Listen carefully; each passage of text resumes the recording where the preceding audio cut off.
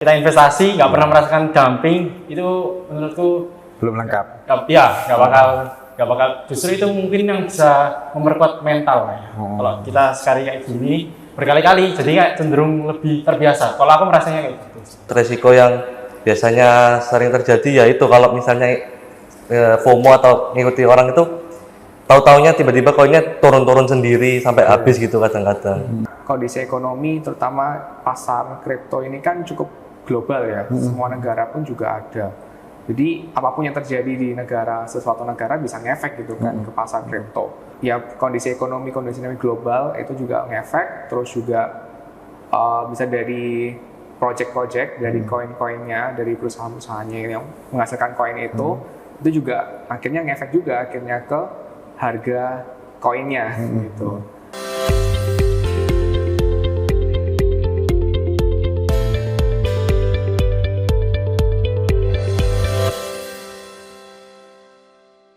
Halo, jumpa lagi dengan saya Ebenezer di podcast Invest Corner, dan kita masih bekerja sama dengan Universitas Katolik Widya Mandala Surabaya atau UKBMS. Nah, kalau di episode sebelumnya kita berbicara soal blockchain yang tentu itu juga berkaitan dengan kripto. Nah, hari ini kita akan ngobrol soal investasi di kripto. Dan seperti biasa, di samping saya hari ini sudah ada beberapa narasumber. Saya perkenalkan, pertama adalah Pak Erik Theophilus. Beliau adalah dosen manajemen Fakultas Bisnis UKWMS. Selamat siang, Pak. Ya, selamat siang, Pak. Oke, apa kabar, Pak? Ya, luar biasa. Oke, kemudian juga ada kawan-kawan mahasiswa, masih sangat muda, semester 4 keduanya, Nicholas Aldi Kurniawan. Ya, selamat siang. Oke. Panggilannya Aldi ya? Iya, panggilannya Aldi. Ini investor-investor muda mereka. Kemudian juga ada Vincent Sugiarto. Halo Vincent, apa kabar? Baik, Pak. Oke. Sekali lagi kita akan berbicara hari ini soal investasi kripto. Nah, kalau kita lihat di media sosial belakangan, muncul utas, muncul status-status yang menceritakan tentang mereka yang rugi karena berinvestasi di kripto. Bahkan ada yang sampai stres, bahkan ada yang sampai ya, dan jangan ditiru ya, don't try this at home. Ada yang kemudian sangat disayangkan bunuh diri misalnya. Tapi hari ini kita akan mengulik soal itu, memang seberapa bahayanya atau apakah sebahaya itu investasi kripto. Nah, pertanyaan pertama saya langsung ke Pak Erik. Pak Erik, kalau tadi saya bilang gitu ya, bahwa akhir-akhir ini banyak sekali orang yang curhat gitu ya. Curhat ketika dia berinvestasi di kripto, duitnya malah habis banyak. Lalu jadi stres. Bahkan ya tadi saya bilang ada yang sayang sekali ya sampai kemudian bunuh diri gitu misalnya gitu ya. Atau rumah tangganya rusak, cerai dan sebagainya gitu ya. Emang sebahaya itukah berinvestasi di kripto ini, Pak Erik? Ya, sebenarnya kalau investasi di kripto itu memang istilahnya secara resiko memang tinggi. Jadi memang mungkin seringkali kita ini juga tergiur karena omongan orang, FOMO gitu ya, dengan influencer, terus juga dengan orang lain mungkin bahkan sekelilingnya banyaknya sudah masuk ke kripto gitu kan. Tapi akhirnya mereka nggak tahu di balik return yang tinggi itu, keuntungan yang tinggi itu juga ada resiko yang tinggi juga gitu. Nah maka dari itu di sini juga akhirnya ketika jatuh gitu kan harganya, sehingga akhirnya di sini mereka nggak aware gitu dengan adanya resiko yang tinggi ini, sehingga akhirnya ya muncul tadi banyak kasus tadi itu kan, yang ada yang sampai membunuh orang, bahkan ada yang bunuh diri gitu kan. Sehingga karena kan memang ya investasi ini secara cepat bisa memberikan keuntungan yang tinggi, tapi juga secara cepat juga bisa ruginya juga jatuh gitu kan, ruginya juga banyak gitu akhirnya. Yang membedakan investasi di kripto gitu ya sebagai instrumen investasi dengan saham misalnya, itu karakter utamanya apa sih selain memang produknya berbeda ya? Tapi karakternya itu apa yang membedakan antara saham dengan kripto? Kalau secara karakter memang secara saham itu kan ada perusahaan ya, kita paling nggak tuh sudah tahu gitu kan, ada perusahaan, ada wujudnya, sehingga akhirnya kalau misalnya secara harganya pun juga masih bisa diatur gitu kan, maksudnya masih bisa diawasi oleh OJK dan lain sebagainya. Jadi secara karakteristik ya mungkin kalau orang-orang zaman dulu kan sukanya di saham karena memang kelihatan gitu ya perusahaannya. Tapi kalau di kripto karena ini sesuatu yang digital dan hal yang baru, mungkin banyak orang yang masih belum kenal, tapi sudah berani masuk gitu ya. Sehingga akhirnya di sini mereka nggak tahu bahwa ternyata secara volatility-nya, secara naik turun harganya juga akhirnya banyak gitu. Dibandingkan dengan saham mungkin lebih agresif, bahkan lebih tinggi volatilitas naik turunnya gitu kan. Sehingga akhirnya di sini secara karakteristik, secara resikonya pasti juga tinggi juga gitu dibandingkan dengan saham. Biasanya orang kenapa sih kalau pengamatan Pak Erik gitu ya? Kenapa sih orang kemudian sampai berani berinvestasi di kripto sementara dia sebenarnya belum punya basic pengetahuan yang mumpuni gitu ya? Itu biasanya yang mendorong itu apa? Salah satunya, terutama mungkin di kalangan anak muda ya zaman sekarang ini banyak sekali yang mereka tuh ngikutin influencer. Oke. Ya sebenarnya tidak salah sih, sebenarnya influencer itu membuat akhirnya banyak yang juga masuk ke kripto dan mereka juga memang meraih keuntungan di situ kan. Tapi di sini juga dengan adanya influencer itu akhirnya juga membuat ya mungkin akhirnya lebih ke FOMO ya, ikut-ikutan gitu. Fear of missing out ya. Yes, jadi istilahnya kayak ikut-ikutan bahwa mereka ini kalau nggak invest di kripto tuh kayak nggak kayak jadul gitu. Ketinggalan zaman ya. Ketinggalan zaman. Jadi bahkan dulu pernah saya juga nonton juga salah satu YouTube itu bahkan ada yang bilang kalau misalnya invest di obligasi itu berarti anak yang udah istilahnya kayak ketinggalan zaman banget gitu kan. Kalau yang sekarang kan bener kayak semuanya kripto gitu kan. Jadi makanya akhirnya di situ banyak orang yang akhirnya masuk ke kripto tapi mereka nggak tahu bahwa di situ juga ada kerugian yang besar juga, resiko yang besar pula gitu kan. Jadi asal masuk tapi nggak tahu, nggak kenal gitu. Oke. Nah, Aldi dan Vincent gitu ya, Aldi dan Vincent. Ini kan teman-teman ini udah masuk ke industri kripto sudah mulai kapan sih? Sekarang kan semester 4 ya, kuliah semester 4. Tapi sudah mulai berkenalan dengan kripto itu mulai kapan? Kalau dari aku pribadi, mulai start dari SMA itu udah kenal kayak saham, kemudian kripto. Tapi cuman sekedar tahu aja waktu SMA itu. Jadi dengar-dengar orang waktu itu main tentang kripto gitu Pak. Apalagi kan waktu itu lagi pandemi gitu kan ya. Dan waktu itu kan market kripto itu kan sedang booming-boomingnya karena kan semua money inflow-nya kan masuk ke kripto dan juga saham gitu. Waktu SMA itu aku cuma sekedar tahu aja, lalu kayak ya udahlah cuma kayak sekedar tahu aja. Dan waktu sekitar mungkin 2023 itu mungkin seperti kebanyakan orang ya. Aku tahunya itu kayak mulai dari influencer gitu. Mulai tahun 2023 itu kayak mulai tergerak lah. Mungkin jadi aku nggak masuk dulu tapi bedanya nggak masuk dulu ke kriptonya, tapi aku belajar dulu kayak teknologinya ini kripto itu seperti apa, mulai dari kayak blockchain-nya, kemudian Bitcoin, kemudian konsensus di Bitcoin itu seperti apa cara bacanya. Itu aku baru belajar dulu karena masih takut kalau misalnya nggak tahu apa-apa tiba-tiba masuk aja gitu. Lalu lanjut mungkin sekitar di 2024 ini itu aku baru mulai masuk ke industri ke market kripto ini ya. Itu aku mulainya ya karena kebanyakan orang juga itu FOMO di sekitarku itu kayak mulai main kripto semua dan mereka itu ceritanya untung gitu ya.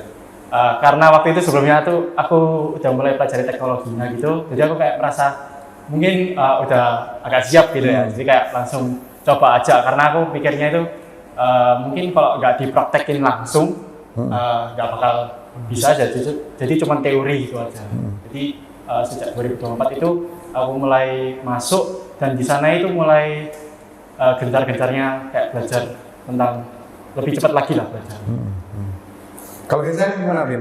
Kalau saya sendiri mulainya dari setelah lulus SMA, saya dikenalkan sama teman saya itu berupa game.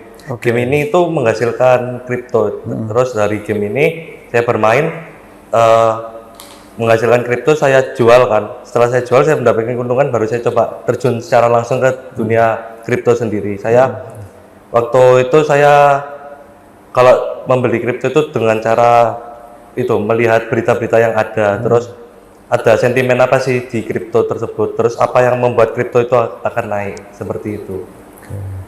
Menarik loh, kalian ini kan lulus SMA gitu ya, atau mulai dari SMA lah, jelang lulus lah ya, itu sudah mulai belajar investasi sebenarnya.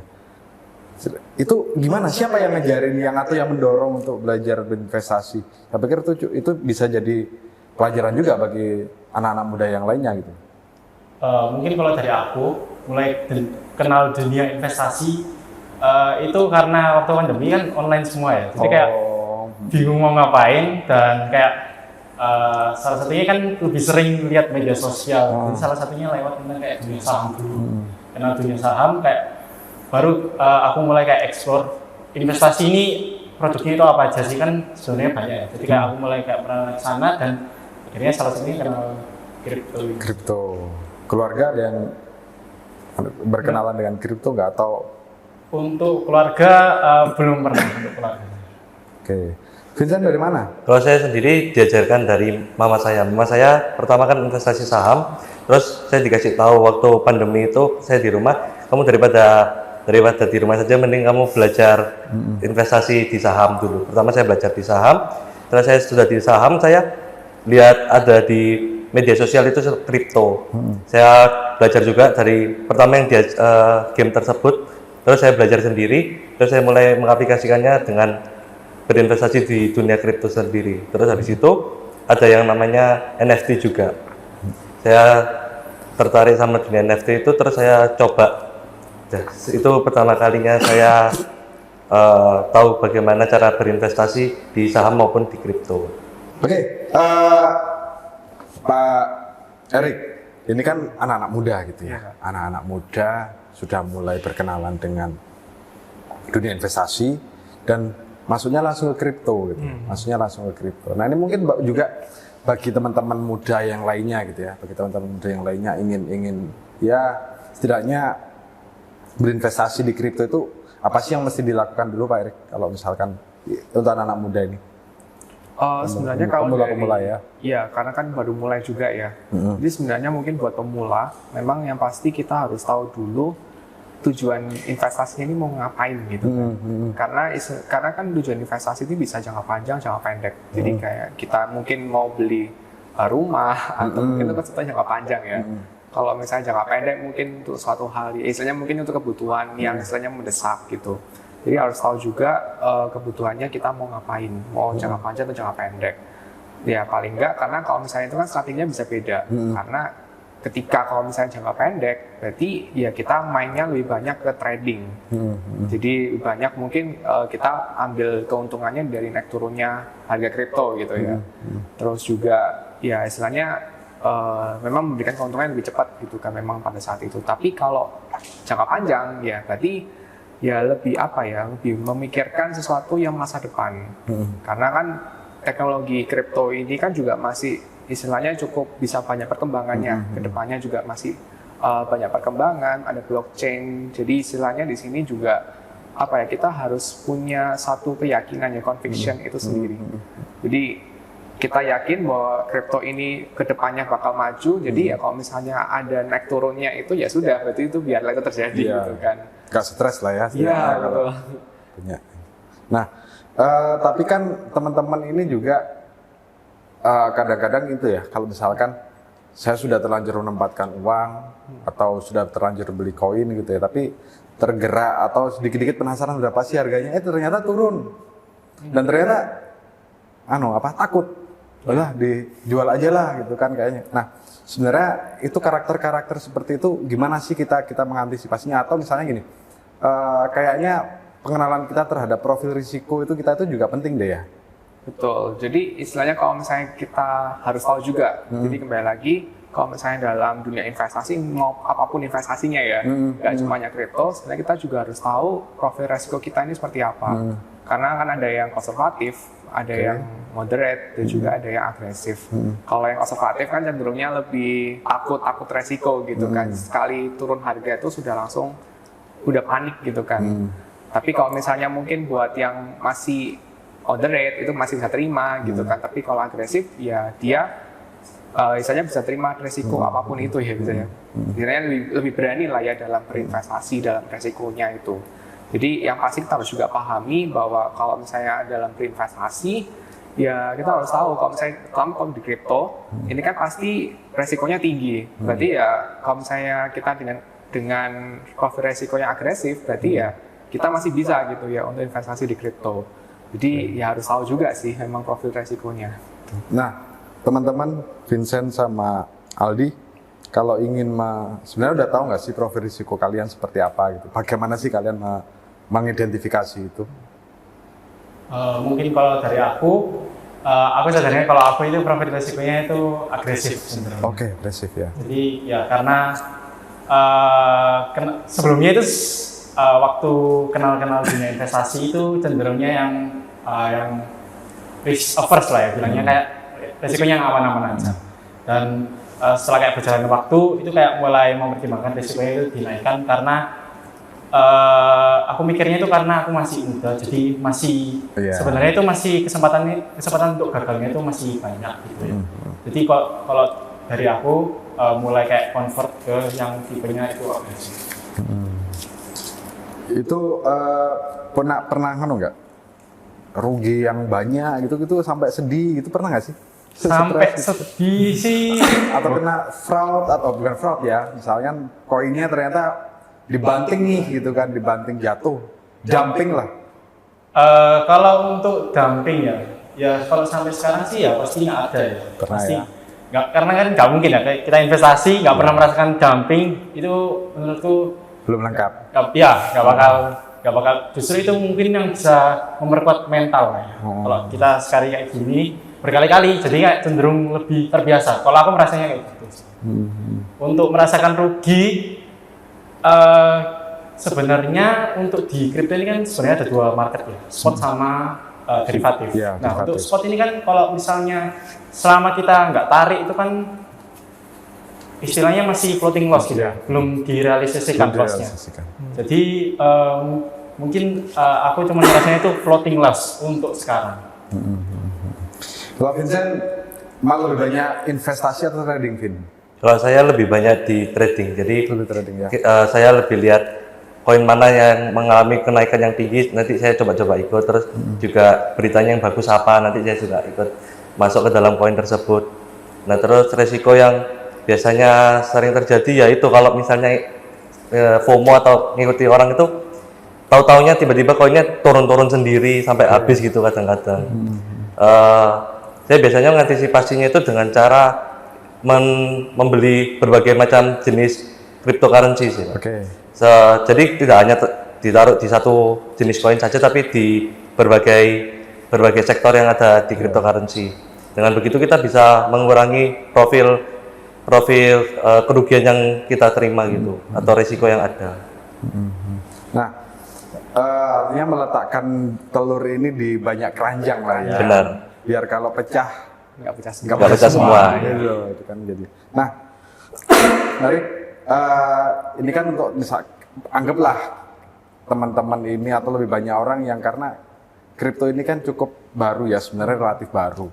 Dan marketnya 24 jam tidak berhenti. non-stop, 7 hari full gitu ya. Benar. Nah, saya pikir selain kita apakah kita agresif, apakah kita konservatif atau kita moderat, tetap aja kita tetap harus hati-hati kan, melakukan analisis secara matang gitu ya. Tapi kalau untuk kita anak-anak muda yang masih pemula gitu ya, ada nggak saran apakah memang boleh nih beli koin yang altcoin atau apa gitu? Kalau sarannya seperti apa, Pak? Sebenarnya kalau untuk dari pemula ya, ini sebenarnya juga disclaimer sebenarnya, juga dari pengalaman juga ya, karena saya juga dulu sebenarnya juga bukan yang udah lama banget di kripto ya, tapi ya memang basicnya saya di saham, akhirnya saya juga pakai strateginya itu di kripto juga gitu kan. Dan salah satunya strateginya itu adalah kalau misalnya masih pemula dan masih belum berani gitu kan ya untuk bermain di kripto dan masih belum banyak tahu juga tentang kripto, sebaiknya mending beli yang masih istilahnya secara capital itu masih yang paling tinggi, seperti kayak di Bitcoin, terus juga di Ethereum sama Binance. Itu kan yang top 3-nya mereka gitu kan, dan memang itu yang istilahnya secara harganya itu masih tidak volatile kalau yang di altcoin yang lain ya. Misalnya meme coin, bahkan mungkin ada koin licin bahkan itu kan Jadi bahkan kalau misalnya pemula sebaiknya mungkin ya at least paling nggak punya salah satu dari 3 itulah.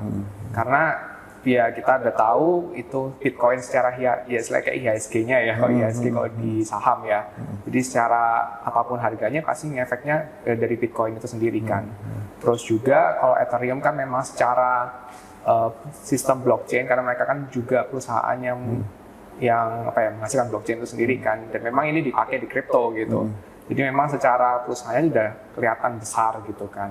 Dan juga di Binance, kalau ini kan platform untuk exchange terbesar di dunia juga. Jadi secara projectnya mereka tuh juga pasti udah jelas gitu kan mau ngapain gitu. Jadi secara kapitalisasi mereka udah yang paling besar. Jadi pastinya juga lebih aman lah, sedikit lebih aman dibandingkan yang meme coin atau altcoin lainnya gitu. Tapi meme coin kadang-kadang juga mengejutkan gitu loh. Iya, tapi kadang kan akhirnya kita juga ikutan akhirnya gitu. Jadi memang harus hati-hati sih kalau misalnya kripto. Sekali lagi harus kayak harus bijak gitu ya, karena kan nggak harus istilahnya juga dalam kripto ini secara volatilitas harga naik turunnya tinggi. Jadi kalau misalnya nggak siap pun bisa jantungan kayak tadi, bahkan sampai ada kasus-kasus yang cukup banyak tadi itu. Kalau emas nge-tweet dikit aja Doge udah langsung naik gitu. Melejit gitu ya. Nah, kan sebenarnya kalau dalam saham gitu ya, kita belajar di saham itu ada analisis fundamental, ada analisis teknikal.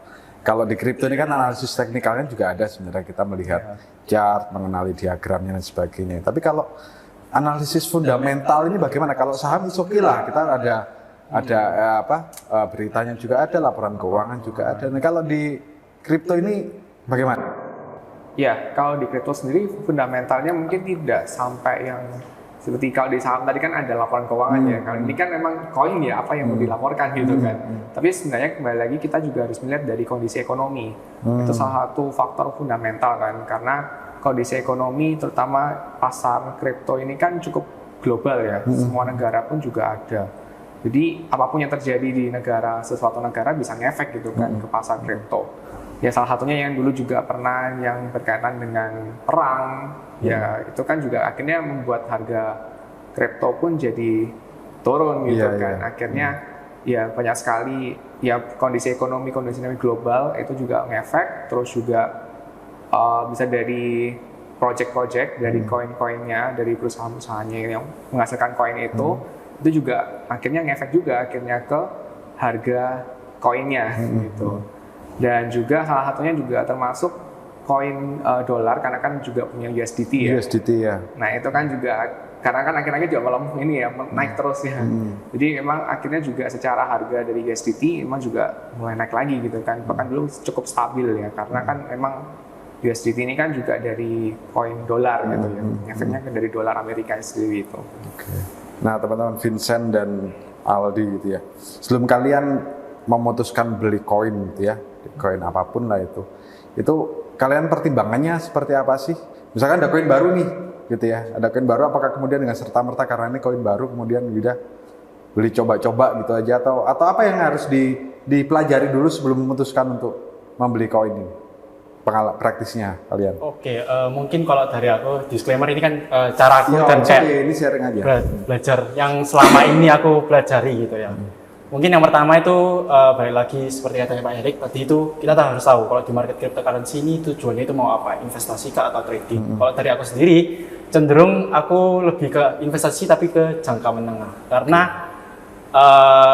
kalau dari data yang aku pernah cari itu kayak sebenarnya di market cryptocurrency ini secara garis besar itu nantinya hampir 90% altcoin itu projectnya itu bakal hilang sebenarnya. Cuman tersisa satu itu Bitcoin aja sebenarnya. Jadi aku cenderung mainnya itu lebih ke investasi jangka menengah. Tapi kalau mau untuk jangka panjang mungkin ya untuk Bitcoin-nya saja. Nah, lalu untuk setelah tahu nih tujuannya itu apa, mungkin lanjut ke profil risiko gitu ya. Kita identifikasi profil risiko itu seperti apa, baru kita tentuin strategi portofolionya kita itu mau seperti apa. Strategi portofolio itu nanti menyesuaikan dua aspek itu tadi. Untuk strategi portofolio ini kan sebenarnya banyak ya Kak. Kalau mau dipelajari itu kan sebenarnya tipe-tipe portofolio itu banyak. Tapi kalau aku cenderung lebih suka nyusun caranya sendiri. Jadi kayak ngambil dari tipe portofolio ini, jadi aku campurin kayak kustomisasi lah. Iya. Setelah tahu portofolionya gimana, menurutku untuk di kripto ini bisa ngelakuin, kalau di saham itu ada namanya top down analysis. Jadi itu lihatnya itu secara makro, lalu turun ke semakin mengerucut gitu. Jadi menurutku ini cukup bisa diterapkan di market cryptocurrency ini. Jadi top down analysis ini sama, kita lihat itu dari makroekonominya dulu. Jadi makroekonominya itu seperti apa, kondisinya bagaimana. Itu biasanya kalau makroekonomi ya. Untuk di market cryptocurrency sekarang kan karena aku juga join kayak komunitas-komunitas gitu. Sepengalamanku kalau mau lihat kayak kondisi ekonomi makro biasanya itu yang paling dilihat banyak itu kondisi ekonominya US dulu.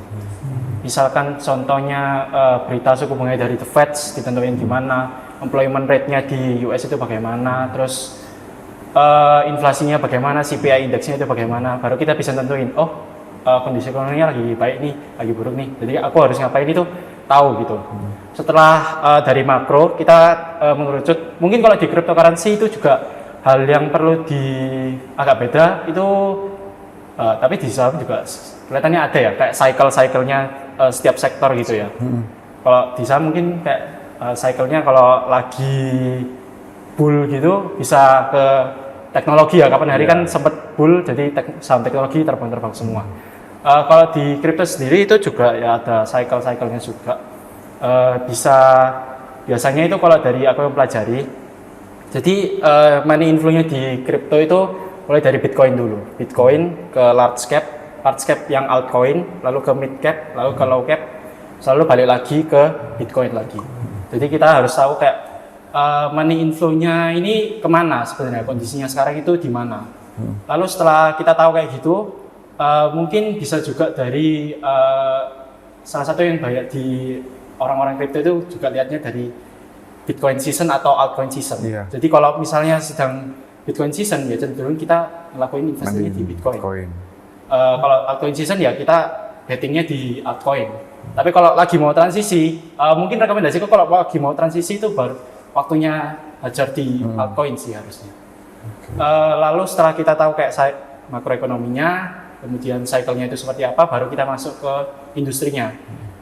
Sama seperti saham, kalau saham kan ada sektornya ya, teknologi, perbankan, energi, komoditas dan lain-lain. Nah di kripto ini juga ada sebenarnya.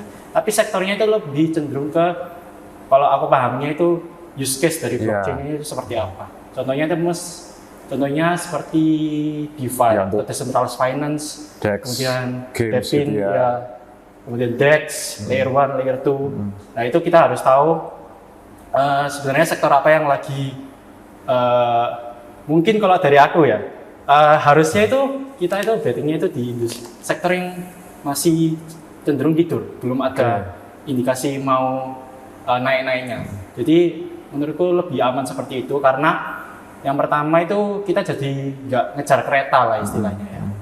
Kemudian kalau dia itu masih tidur cenderung resikonya itu kan masih tidur, jadi kan masih sifatnya itu juga masih tidur gitu ya.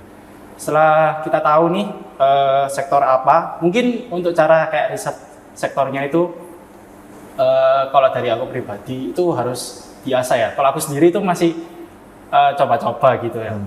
Cara ngasahnya itu kita harus kayak punya pemikiran kritis. Jadi tahu kira-kira sektor apa yang di kemudian hari itu bakal nyelesain suatu permasalahan yang besar. Contohnya misal kayak kita dengar berita AI ini, sektor AI itu bakal kayak diinvestasiin di 2025 itu diperkirakan diinvestasiin sebesar segini. Nah itu kita bisa kayak mulai bisa jadi nih sektor AI itu bakal naik di utility-nya di masa depan. Ya, kita lihat. Jadi setelah kayak kita tahu gitu sektor-sektornya, mungkin mulai ngerecut ke fundamentalnya. Kita lihat projectnya itu buat apa. Kalau aku sendiri sebenarnya analisis fundamental di kripto itu banyak ya. Kalau tapi dari aku sendiri, mungkin yang penting itu cuma 4 ya. Yang pertama itu bisnis modelnya. Itu seperti apa? Bisnis modelnya kayak tiap koin itu kan beda-beda. Kalau Ethereum kan dia itu sebagai layer 1 untuk membentuk blockchain, yang mana kripto-kripto lain kan bentuknya di jaringannya si Ethereum ini. Kemudian kan bisnis modelnya tipenya itu banyak lah ya. Setelah kita tahu bisnis modelnya, setidaknya kita tahu. Kalau dari aku poinnya, setidaknya kita tahu itu revenue mereka itu dapat dari mana di bisnis modelnya. Nah setelah tahu bisnis modelnya, yang kedua itu ada yang namanya token economics. Jadi kita lihat distribusi tokennya itu bagaimana. Jadi kalau di kripto itu kan mungkin mirip kayak jumlah lembar saham yang beredar kalau di saham. Jadi kalau di kripto itu ada koin yang Supply maksimumnya. Ya, supply maksimumnya dibandingin sama circulating supply-nya atau supply yang lagi beredar. Itu perbandingannya berapa per berapa. Jadi kalau yang baik itu sekitar 50% ke atas pastinya. Karena kalau cenderung tokennya ini masih belum banyak beredar, itu masih ada kemungkinan harganya itu cenderung turun pasti. Lalu setelah kita tahu bisnis model tokennya itu bagaimana, mungkin kalau dari aku ketiga ini cukup ya, kalau dari aku mungkin kayak bisa membantu ya. Lihat dari venture capital yang mendanai proyek itu. Jadi kan venture capital ini tugasnya kan melakukan investasi ya, dapat revenue kan dari investasi. Pastinya kalau kita sendiri analisis itu kan masih kayak dasar-dasar gitu ya. Jadi kita kayak bisa contek lah, ya ini investasinya di mana. Setidaknya proyek itu kalau diinvestasiin sama venture capital kayak yang terkenal mungkin kayak Binance Lab, Coinbase Venture, itu setidaknya kita itu merasa aman karena kan ya mereka punya nama gitu ya. Jadi kayak ngerasa aman gitu dan kita bisa nyontek juga, tinggal kayak oh setidaknya dia aman, kita bisa coba masuk ke koin itu. Jadi follower lah ya. Iya, jadi follower. Lalu keempat itu lihat dari developernya juga penting menurutku. Jadi developernya itu siapa yang bikin project itu. Tujuannya itu biar kita tahu profilnya dia itu seperti apa, orangnya benar atau tidak. Tapi kalau di market crypto itu juga ada yang dia itu developernya tipe 2, dox sama undox kalau nggak salah. Jadi kalau dua ini bedanya cuman dia ini mau ceritain nggak profilnya dia itu seperti apa. Tapi ada juga yang dia itu cenderung nggak mau ceritain. Jadi kita nggak tahu itu siap. Misterius kadang-kadang. Iya, misterius. Si Satoshi gitu ya. Iya, seperti itu. Nah, untuk kita tahu itu, jadi kayak misalkan mungkin salah satu koin yang aku tahu ya, Polkadot itu dia itu kalau nggak salah di-develop sama salah dulu co-foundernya Ethereum gitu ya. Jadi kan kita kayak tahu track recordnya Ethereum ini kayak gimana sih? Kan kita tahu ya, Ethereum udah kayak besar gitu. Jadi kan kayak lebih merasa aman, oh orang ini kayak bisa dipercaya gitu ya. Nah setelah tahu dari itu untuk fundamentalnya, mungkin baru kita bisa masuk kayak ke teknikalnya kayak gimana sih lihat chartnya dari setiap koin itu continuous pattern atau mau reversal, jadi kita kayak tahu mau ngapain. Kapan juga saatnya beli, kapan ya, saatnya kapan tahap entry, tahap exitnya itu bagaimana sesuai trade plan-nya masing-masing. Dan kalau untuk pemula mungkin cenderungnya saya mungkin bisa rekomendasiin kayak ngelakuin probabilitas ya. Setiap tadi semua top down analysis itu kita kayak identifikasi probabilitas kemungkinan terjadinya skenario ini itu berapa persen. Jadi kayak biar lebih merasa aman. Vincent, tadi kan Aldi sempat ngobrol soal komunitas gitu ya, sempat nyinggung soal komunitas. Kalau di Surabaya atau di kampus ini tuh ada komunitas-komunitas itu nggak sih? Yang kemudian di situ kalian bisa belajar gitu misalnya. Kalau di kampus sendiri kita tentunya punya ada grup kripto sendiri. Kalau di DBM kita punya satu grup yang membahas tentang kripto tersebut, terus kita memberitahu kayak perusahaan ini loh bagus atau enggak, kripto ini loh mau bergerak di sektor apa, terus dia punya project-projectnya bagaimana, ini layak dibeli atau enggak, seperti itu. Pak, ini kalau memang di kampus ini di Widya Mandala Surabaya ini memang cukup pertumbuhannya teman-teman yang aktif di kripto itu besar nggak sih kalau di pengamatan Pak Erik sendiri? Ya udah mulai cukup banyak ya, ada beberapa mahasiswa juga udah mulai masuk ke dunia kripto sih, karena kita juga memang ada kelompok di pasar modal, tapi memang fokusnya lebih banyak di saham sih. Tapi memang udah nggak menutup kemungkinan karena sekarang udah mulai masuk Gen Z ya, udah mulai banyak yang masuk dunia kripto. Ini juga anak-anak juga udah mulai banyak belajar gitu ya. Ada dari ke komunitasnya yang tadi itu kan supaya akhirnya bisa ngerti gitu kan kapan harus beli, kapan harus jual, yang mana yang harus dibeli gitu kan. Jadi ini juga menumbuhkan ya ini ya smart investasi juga ya di dunia kripto itu. Terakhir Pak, ini karena kita ingin mendorong anak-anak muda juga untuk berinvestasi gitu ya, entah itu di saham atau di kripto gitu ya. Apa sih basic yang harus yang dulu nilai-nilai apa yang harus mereka punya, prinsip-prinsip apa dulu biar tidak kemudian itu tadi yang case negatif tadi jangan sampai terjadi gitu. Terakhir untuk ya apa yang basic apa sih yang harus kita punya gitu. Ya, paling nggak yang pasti kita juga harus tahu ya tujuan investasinya, terus juga profit resikonya, terus juga kalau misalnya masih baru ini, masih belajar, jangan pakai uang yang istilahnya uang panas gitu. Karena istilahnya kalau pakai uang yang masih dipakai untuk kebutuhan, apalagi pakai uang kuliah gitu kan. Ya itu akhirnya ya kalau misalnya uangnya, iya kalau misalnya lagi untung gitu kan bisa kita jual, tapi kalau lagi rugi kan nggak mungkin. Bahkan kalau di kripto kan sampai ruginya sampai 80% gitu kan. Jadi akhirnya ya jangan sampai kita pakai uang yang masih kita butuhkan. Kita masih belajar, masih berusaha mendalami dulu. Ya kita pakai uang yang masih uang dingin lah istilahnya ya. Jadi yang memang uangnya memang nggak kita pakai apa-apa. Kalau misalnya loss ya udah gitu kan. Dan itu juga dari pengalaman saya dulu juga. Ya sebenarnya salah satunya juga pernah coba pakai uang panas sih, gitu kan. Tapi memang nggak banyak untungnya. Jadi istilahnya juga akhirnya ketika udah rugi ya akhirnya kita malah jadinya panik sih. Stres. Iya, stres itu. Jadinya akhirnya ya hilang gitu kan uangnya. Jadi daripada kita stres gitu kan, terus panik, akhirnya mending kalau saya pakai uang yang dingin yang nggak kita pakai ya. Sebenarnya uangnya itu kalau misalnya hilang ya udah gitu kan, kita at least buat belajar lah untuk berinvestasi gitu. Dan yang penting nggak FOMO dan do your own research gitu ya. Oke. Harik, Aldi, Vincent, terima kasih. Seru banget obrolan kita hari ini. Saya yakin anak-anak muda yang lainnya, mahasiswa-mahasiswa lain, bahkan mungkin anak-anak SMA, kita dorong juga memang untuk mereka berinvestasi. Tidak hanya di saham, tidak hanya di kripto sebenarnya. Yang lain, tapi bagi saya anak-anak muda yang berinvestasi ini keren gitu. Gitu. Jadi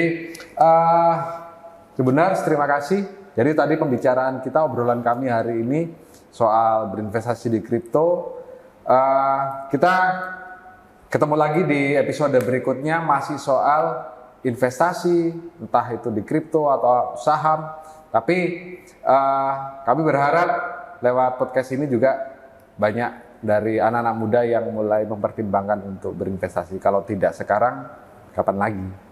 Terima kasih. Kita ketemu lagi di episode berikutnya. Salam.